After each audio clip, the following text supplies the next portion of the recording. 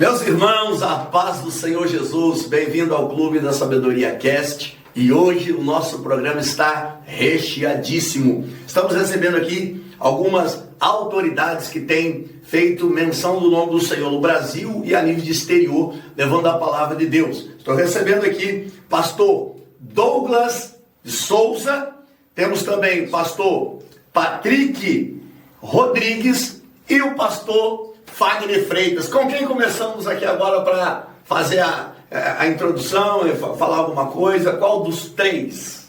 Pastor Douglas. Pronto. Vai, gostei demais, hein? Então vamos lá. Graças e paz, queridos. Deus abençoe todos vocês. Espero que vocês sejam muito abençoados por esse bate-papo aqui. É uma honra muito grande receber esse convite do nosso pastor e estar aqui na companhia do pastor Fagner Freitas, meu amigo Patrick Rodrigues. E hoje a gente vai fazer um bate-papo bem legal sobre várias coisas que estão acontecendo. E a igreja precisa estar alertada, ser alertada sobre essas coisas. E vamos falar de Bíblia aqui. E você vai ser muito edificado. Ô, glória. Pastor Patrick. Meus amigos, saudação de paz, que Deus abençoe sua vida, sua casa. Eu acredito que nós estamos vivendo um momento em que nós estaremos nos preparando melhor para ver um tempo novo. E esse podcast eu acredito que vai ser de muita valia para o nosso crescimento espiritual, nosso crescimento familiar, e nós teremos um tempo de avivamento, é o que eu acredito para os dias futuros. E é isso aí. Que bom, é isso aí, gente. E perguntamos sobre um texto bíblico, e aqui é tudo bem democrático. E aí o pastor Douglas sugeriu 2 Timóteo, capítulo 3, versículo número 1, o que nós chamamos de uma das cartas pastorais. E aí está escrito: sabe, porém, isto, nos últimos dias sobrevirão tempos difíceis. E aqui dá até para dividir, né? Esse texto dos últimos dias. Esses últimos dias eram os momentos da igreja apostólica. Esses últimos dias se refere a nós, ou esses últimos dias é uma questão escatológica?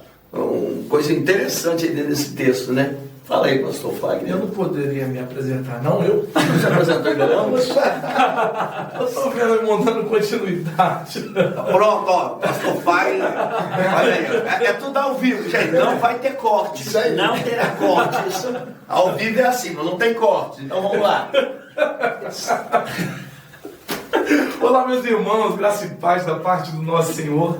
Pastor Fagner Freitas, estou aqui com os meus amigos, pastor Márcio Leopoldino, anfitrião desse podcast, top. Está aqui comigo também pastor Douglas e pastor ele ia falar pastor Rodrigues. É Rodrigues, né? É pastor Rodrigues. Tem gente que fala Rodrigues, pastor Rodrigues.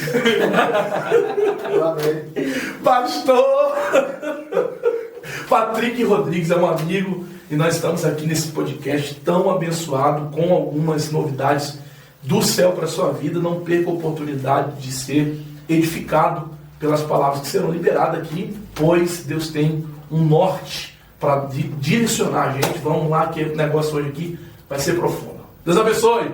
É isso aí, pronto. Então nós abrimos um texto. Nos últimos dias sobrevirão tempos difíceis. E por que os tempos serão difíceis? Há o contexto aí, mas fala aí, pastor Fagner, por que os dias seriam difíceis? É porque, na verdade, na medida que o tempo passa, as coisas vão se evoluindo, principalmente a tecnologia. E no avanço da tecnologia e no avanço das descobertas que a ciência vive descobrindo coisas, os dias que vão passando são muitas novidades. E a pergunta é, na medida que evolui a ciência, na medida que existem novas descobertas, a igreja, como ela se posiciona dentro desse plano de fundo que está acontecendo, mediante a tanta evolução? Interessante. E aí, o texto, o verso 2, eu achei muito, muito interessante, pastor Douglas, que diz: pois os homens serão egoístas, avarentos, jactanciosos, arrogantes, blasfemadores, desobedientes aos pais, ingratos, desafeiçoados, caluniadores. Parece que Paulo estava com uma luneta, enxergando a superficialidade do século XXI. Fala aí, pastor Douglas. Então, esse texto é muito interessante, porque é uma carta, como o senhor já disse, uma carta pastoral. E dos textos de Paulo, hoje, a pesquisa moderna apresenta aproximadamente 7 cartas pastorais, pastor. 7 cartas de Paulo. Paulo escreve apenas 7 cartas, isso é uma nova pesquisa a respeito de cartas paulinas. E essa carta pastoral ela tem algo interessante, porque quando ele dirige a Timóteo, ele está dando ordenanças e falando sobre coisas do seu tempo.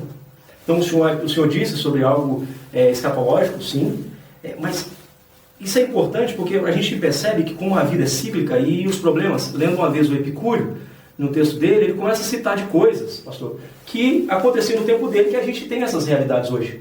Então, quando você começa, qual a importância de ler literaturas clássicas e antigas, é que você percebe que os problemas da humanidade são problemas da humanidade.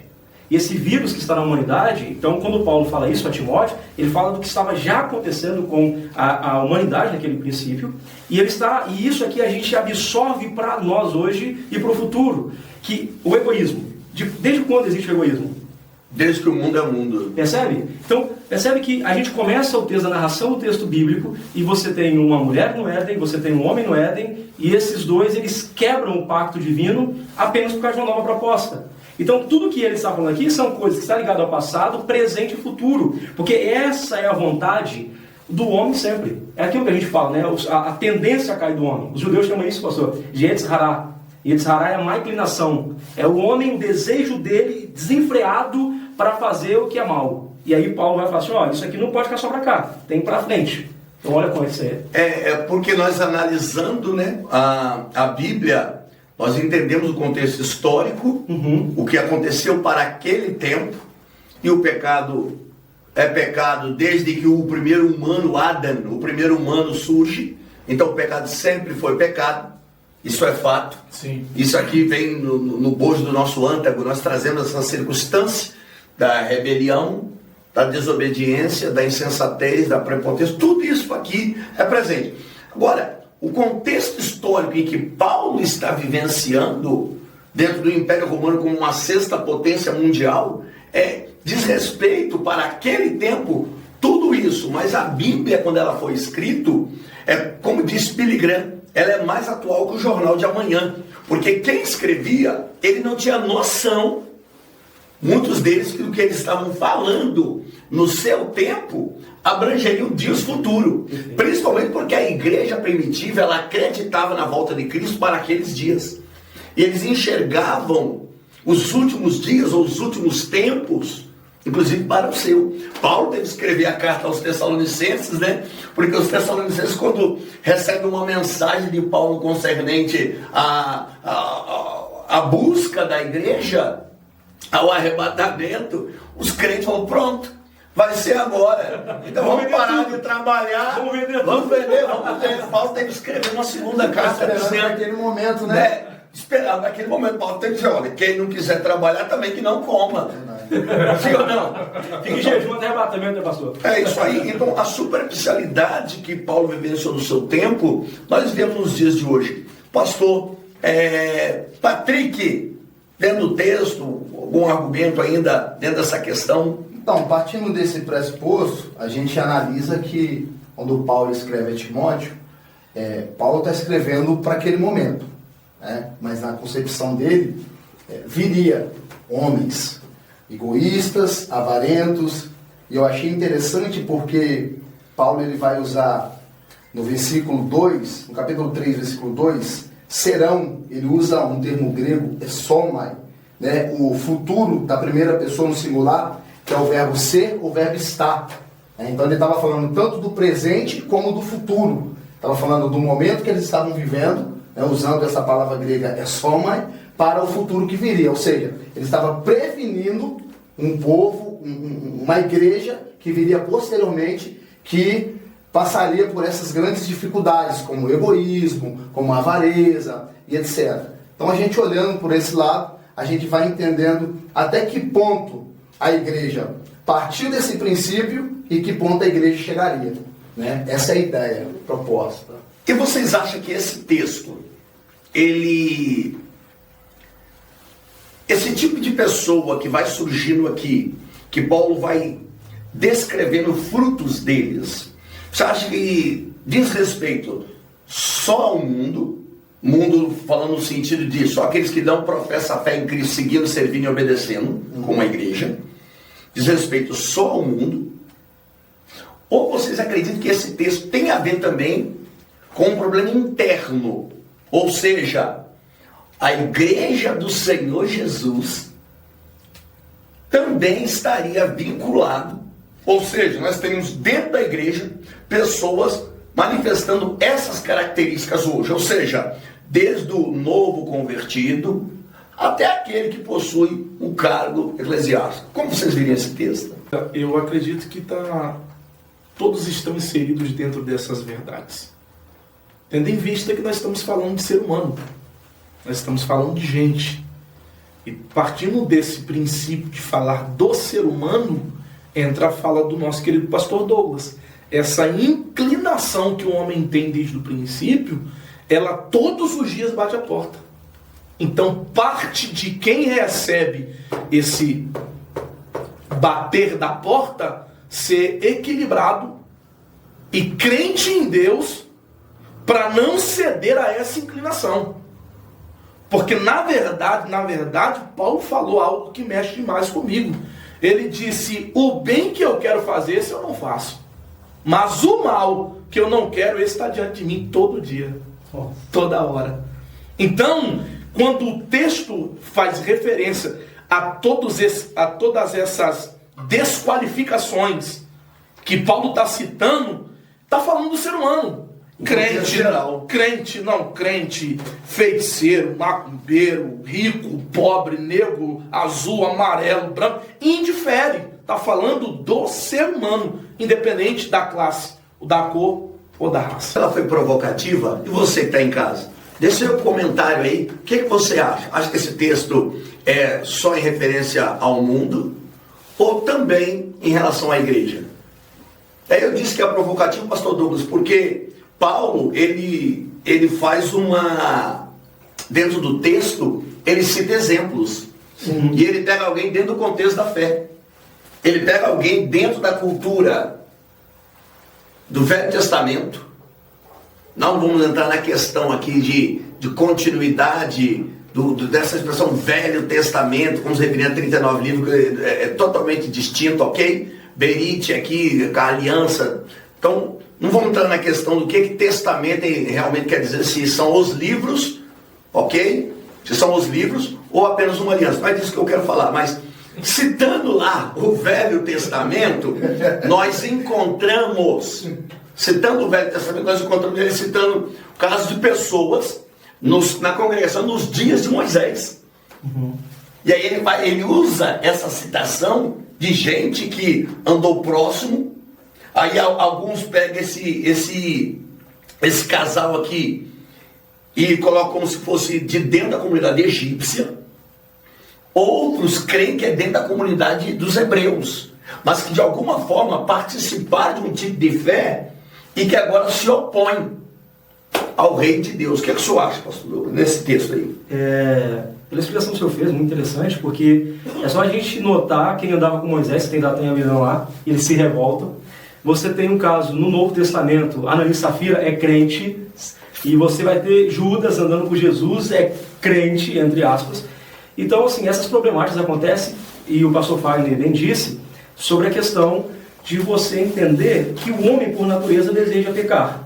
Então, qual é o nosso papel? Lembra o Caim? O pecado jaz à porta? Então, o homem tem esse desejo desenfreado pelo pecado, e isso só é errado uma vez que ele aceita Jesus de forma verdadeira e ele vive essa vida de santificação, que a santificação é um processo. Ninguém aceita Jesus como santos, é santificação. Exatamente. Então, nesse processo de santificação, o indivíduo ele tem essa resistência. Uma coisa importante é perceber que, quando Paulo fala isso, até para os obreiros, ele diz, o obreiro não pode ser avarento, o obreiro tem que ser hospitaleiro. Por que ele fala isso? Porque é possível ser um obreiro sem essas qualificações. Então sempre é possível na igreja, outra coisa que é importante, citando a Didaquê, que é um texto entre aí ano 90 ao ano 300 aproximadamente, que é um texto muito importante para os cristãos, pastor Fábio, e na Didaquê fala o seguinte, se um profeta entrar na sua casa, receba muito bem, mas se ele quiser passar mais de 3 dias, manda embora porque ele é falso profeta. Tá dando trabalho já, né? Tá dando trabalho. Porque é o seguinte, ele não quer trabalhar e só quer ver nas coisas de alguém. Então ele aqui já falava isso, já advertia. E esse texto é um texto que é da prática cristã. Tanto é que lá tem a prática do batismo, tanto é que nesse texto tem a prática de como cear, e nesse texto fala sobre isso, porque tinha gente que aproveitava. Tanto é que quando Paulo, na verdade em Atos Apóstolos capítulo 6, quando surge aquele contexto que tem que levantar diáconos, é porque o pessoal está reclamando o seguinte, tem gente que quer depender da igreja e as pessoas não estão suprindo elas. Então, sempre no meio da igreja também vai ter, porque tem homens que são como homens comuns, como estivesse lá fora, e a gente precisa todo dia desse processo de santificação. E esse problema que a igreja primitiva enfrenta, logo na sua primeira fase, eu chamo de uma das estratégias de Satanás de tentar parar a igreja. Satanás tentou parar a igreja de 4 maneiras. A igreja inicia, ele tenta por meio da oposição. Atos capítulo 4, os próprios líderes religiosos, os fariseus, pegaram os apóstolos e prenderam. Os apóstolos oraram, Atos 4:31, em primeiro lugar, todos foram cheios do Espírito Santo e saíram. Satanás não conseguiu pela oposição, ele tentou pela infiltração. Colocou Ananias e Safira dentro da igreja, um casal hipócrita. Também a unção e a ação do Espírito Santo veio, desfez aquele embaraço todo e a igreja seguiu. Não conseguiu pela infiltração, ele tentou pela perseguição. Capítulo número 8, a Bíblia diz que os crentes que eram dispersos, e é aqui que muitas pessoas não entendem e acham que foram os responsáveis pelo crescimento da igreja, tomando toda a costa do Mediterrâneo, do continente africano, que a partir do 6º século, desde a Égira, quando Mohammed foge de Meca, e a partir dele começaram a retomar toda a costa da África, que era extremamente cristianizada, levando ao estado do islamismo para quem professa o Islã hoje. Tudo ali foi tomado pelos cristãos. Mas por quê? Os crentes da perseguição, quando o diabo se levantou para parar a igreja pela perseguição, os crentes foram pregando o evangelho. Eram os camponeses, os crentes simples. Não foi só os apóstolos que inauguraram a igreja, que abriram a igreja. Mas quando não conseguiu pela perseguição, eles tentou pela distração. Que as viúvas helênicas, precisando de cesta básica, e as viúvas hebreias.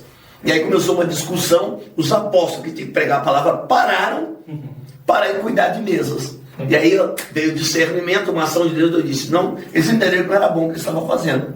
Levantaram 7 diáconos e disseram, Atos 6, verso 4, quanto a nós, nos consagraremos à oração e ao ministério da palavra. Vamos deixar a ação social, filantropia, para o departamento de ação social da igreja. Nós, os apóstolos, vamos propagar, vamos pregar.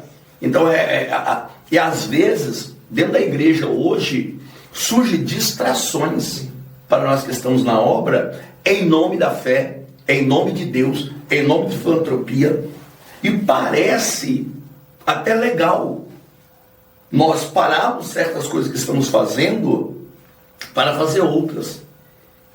Talvez, eu não digo que existe um dom que é mais importante do que o outro, mas o discernimento, a meu ver, no século XXI, é um dom que faz extremamente necessário. Eu não estou falando só daquele discernimento com base no conhecimento humano, que a letra, o que o saber, o que a academia te dá em conhecimento.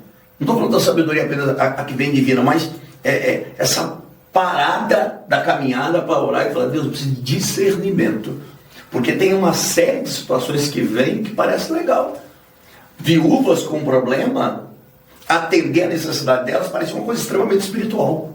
Filantropia, fazer missões, era a coisa certa sendo feita da forma errada. Perfeito. Uma coisa assim, interessante. Dentro do contexto escatológico, pastores, porque a igreja do Senhor Jesus, eu preservo um pensamento teológico um tanto quanto mais ortodoxo. E aí isso se diverge de pessoa para pessoa. Para mim, a Bíblia continua e continuará sendo regra e manual de fé, embora nós analisamos uma série de outros textos, de tradições, a mística, cabalística, judaica e etc. Mas eu ainda defendo um ponto de vista teológico mais ortodoxo. E eu creio piamente num tipo de arrebatamento. Eu creio nesse fim, eu creio nessa parte escatológica. E eu enxergo esse texto de Paulo, endereçando a um obreiro, a preocupação que Paulo tem, não só no contexto do momento, mas nessa ideia da volta de Cristo, já que a igreja primitiva, ela trabalhava com esse pensamento, que Jesus podia voltar a qualquer momento. Que Jesus podia voltar a qualquer momento. E hoje nós vivemos um tempo aí, que parando para fazer uma análise, a geopolítica, qual o pensamento de vocês? Quem quiser falar sobre essa questão de escatologia, fim, nova ordem mundial, volta, não volta, como vai ser?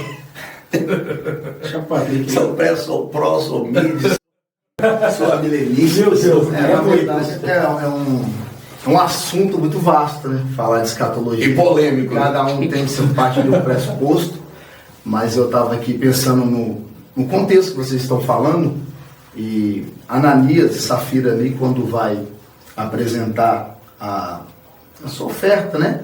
A parte da sua herança, eles venderam. Pedro vai dizer para ele assim: por que você deixou Satanás encher seu coração? Isso é interessante, porque o que a gente tem visto hoje em dia, na pós-modernidade, é como anda o nosso coração, no que tange a igreja, no que tange ao nosso pensamento filosófico cristão. E é interessante isso daí, porque Pedro ele usa uma palavra muito interessante, títemi, que significa encher por total, né? Quando a gente pensa nessa ideia de encher por total, o que nós temos feito com a igreja? Essa é a ideia, como nós temos tratado o momento que nós estamos vivendo e o que nós vamos pensar para o futuro. Então, assim, de forma muito simples, né? A gente chega nessa conclusão. Como podemos resolver essa questão? Claro, poxa. O senhor falou uma coisa que é importante, porque assim, é impossível desassociar a escatologia do texto bíblico. É impossível. A gente tem um movimento da apocalíptica surgindo ali antes do segundo século de Cristo, movimentos apocalípticos até entre os judeus também tinham essa literatura apocalíptica, o senhor sabe muito bem disso, textos como Enoque, textos como Jubileus, vai surgindo, e os cristãos e os judeus usam esses textos de uma...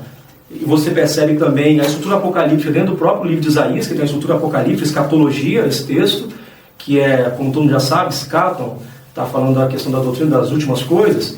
Então, ele já tem essa percepção. Ele tem a percepção que essa terra está saturada para aqueles que são filhos de Deus. Então, a gente precisa de uma nova terra, a gente precisa de um novo momento. Então, quando você chega no texto do Novo Testamento, textos do cânon, textos fora do cânon do Novo Testamento, você percebe os cristãos clamando, falando sobre a escatologia, falando sobre a vida que há por vir, e esse texto, a meu ver, se enquadra exatamente nisso. Nós estamos vivendo em um período que é um colapso para a igreja enfrentar um monte de problemas como ela tem enfrentado. A igreja enfrentou, como o pastor falou, sobre as 4 fases aqui de uma espécie de perseguição, e a igreja hoje enfrenta esses problemas, e esses problemas estão acarretados porque às vezes falta o que o pastor Patrick disse do que como a gente está observando a questão geopolítica do mundo. O mundo ele traz as suas visões, o mundo ele tem trazido as suas formas científicas de como ser aplicada, e qual é a reação da igreja? Como a gente reage? A gente reage porque a ciência deu uma contra-resposta ao texto bíblico, ou a gente reage como a Bíblia diz? Porque, como o pastor bem disse aqui, a questão de ser ortodoxo é cumprir o texto, cumprir a lei, cumprir a vontade de Deus. Então, a vontade de Deus, ela está abaixo do que as novas descobertas dizem, ou a vontade de Deus está acima das novas descobertas? Essa é a grande questão. E aí entra a soberania divina, divina. Entendemos que Deus é transcendente. Deus está além, acima de tudo que foi criado. Então, essa ideia da imanência, da soberania e da transcendência não pode ser tirada nunca do pensamento cristão. Então, independente da evolução tecnológica, independente do nível de saber que vai se desenvolvendo cada vez mais, é profético, Daniel fala desse aumento do saber, nós não podemos abrir mão da soberania divina, da transcendência divina, da imanência divina. Entendemos que, e eu sempre falo isso, pastor Douglas, pastor Fagner, Patrick, vocês que estão em casa, a teologia, ela é antropológica. A teologia, por que eu digo isso que ela é antropológica? Deus não faz teologia. Deus não faz teologia. Quem faz teologia somos nós. Sim. Até o termo que teologia estuda Deus é um termo muito mal empregado. Genérico, né? Se estuda um porco, um corpo humano que você coloca em cima de uma pedra e disseca. Agora, estudar Deus, até estudar sobre Deus, ainda é mais uma figura de linguagem. Deus não faz teologia. Então teologia é uma maneira humana de se pensar acerca de Deus, tentando chegar o mais próximo possível daquilo que nós entendemos como a vontade dele para com o ser humano na face da terra. Teologia estuda o homem e a religião. Tem forma de ciência, alguns chegam a dizer que é ciência, como Schleiermacher, mas tem forma de ciência, eu não vejo como científico, mas a teologia, ela é antropológica, ela é coisa de homens, tentando entender esse mundo de Deus. Mas eu gosto de duas palavras da teologia da cruz, de Martim Lutero: o Deus abscônditus e o Deus revelatus. O homem, ele vai lutar, vai escavar, vai procurar, querer entender e compreender esse Deus na sua essência. E aí, fazendo uso da palavra de Karl Barth, foi um grande teólogo do século XIX, era no século XX, você vai ver Karl Barth dizer: o homem luta, escava, busca, procura, e quando ele acha que achou tudo e sabe tudo de Deus, Deus é outro. Isso fala da alteridade de Deus. Da alteridade de Deus. Então, assim, teologia, maneiras de pensar, é um momento em que homens e mulheres se assentam, e depende do nível do temor que tem a Deus, para dialogar. E o propósito da teologia tem que ser esse: aproximar o ser humano, é diálogo, e aproximar o ser humano do divino, do eterno. Esse tem que ser o propósito fundamental: aproximar do eterno. O pastor Fagner deu um grande exemplo hoje. Foi hoje dentro de um salão. Eu admiro isso do pastor Fagner Freitas, porque não tem tempo ruim para pregar. Prega em catedrais, prega em grandes congressos, prega no mundo viajando. E hoje ele estava ministrando em um lugar simples, né, do empresário. Simples no sentido que não era um templo, mas a alma entrou lá dentro. Esse é o âmago da questão teológica. Tem gente que fugiu disso, mas nós não podemos fugir. Não podemos de forma alguma. Não podemos fugir. Não podemos de forma alguma. Até porque o propósito de tudo que nós estudamos, tanto dentro da academia como na igreja, na escola bíblica dominical, é sempre para ajudar alguém. Porque o reino é isso. E Jesus disse que era para nós manifestarmos o reino. E manifestar o reino é ter empatia. Eu sempre digo que manifestar o reino não é ir numa padaria comprar um pão e ao sair tiver um pedinte olhar e falar: eu quero um pão. E você ir lá na padaria comprar um pão para dar ao pedinte. Não. Manifestar o reino é o pão que você costuma comer, que está na sua sacola, que você está levando, você sacar dele e repartir. Porque a proposta do reino não é o comprar e dar a alguém. A proposta do reino é o dividir o que eu tenho. E a minha vida é essa. A minha vida é manifestar o reino, dividindo daquilo que o Eterno me confiou a pessoas que eu tenho certeza que lá na frente serão uma ponte que vai conectar outras pessoas ao reino de Deus. E é isso aqui que nós estamos falando é exatamente referente a isso. Porque percebeu que a gente está falando da palavra, está falando do céu, está falando do arrebatamento, está falando das evoluções, e quando se trata de tudo isso, o centro é Deus falando com o homem, atraindo o homem para o centro da sua vontade e para morar com ele na eternidade.